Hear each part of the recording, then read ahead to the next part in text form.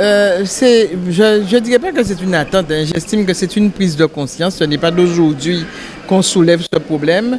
On est sur un territoire qui souffre déjà de retard. Mais si vous regardez dans toute la Guadeloupe et si on fait un diagnostic, on verra qu'il y a de plus en plus de structures d'accueil de la petite enfance qui met la clé sous le paillasson. Et je dirais principalement les crèches.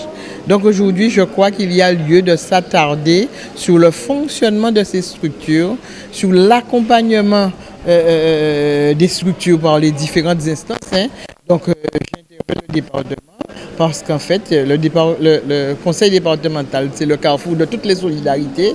Je dis que l'égalité des chances commence depuis le plus jeune âge, dès la petite enfance.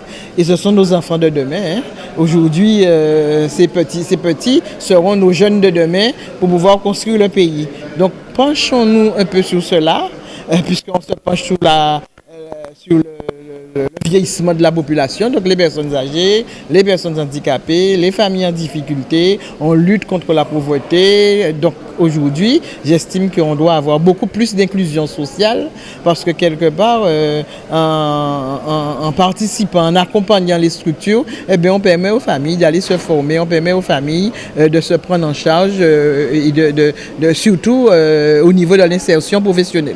Oh, bon, il y a eu quelques efforts sur le budget. Maintenant, comme je dis, hein, on vote son budget, c'est du prévisionnel, mais après, c'est l'exécution sur l'année budgétaire et puis une exécution équitable dans l'intérêt de tous. C'est ce que je dis, j'insiste là-dessus, équitable dans l'intérêt de tous.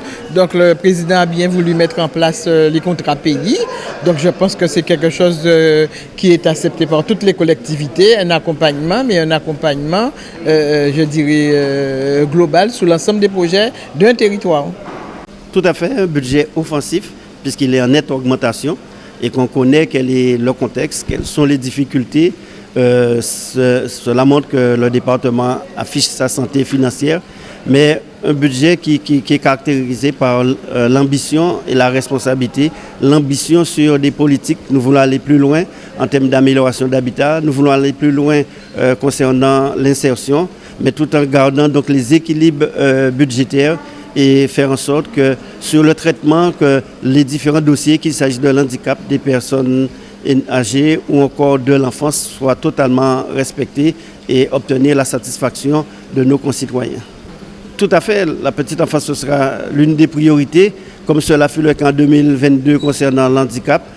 Nous allons travailler avec les porteurs de projets, les gestionnaires de crèches, nous allons travailler avec la CAF, nous allons reconsidérer au niveau de nos administrations pour que les délais soient plus rapides et de manière à ce que nous puissions obtenir une meilleure satisfaction. Tout à fait, il y a cette cohésion, cette communion et c'est l'occasion pour moi de saluer le travail fait par la Commission des finances avec son président Khalifer et les membres, mais aussi avec l'administration où des pieds levés, malgré un certain nombre de contraintes, on a pu bénéficier donc du concours de tous. Donc c'est l'occasion vraiment pour moi de saluer, de féliciter le travail de mes collaborateurs.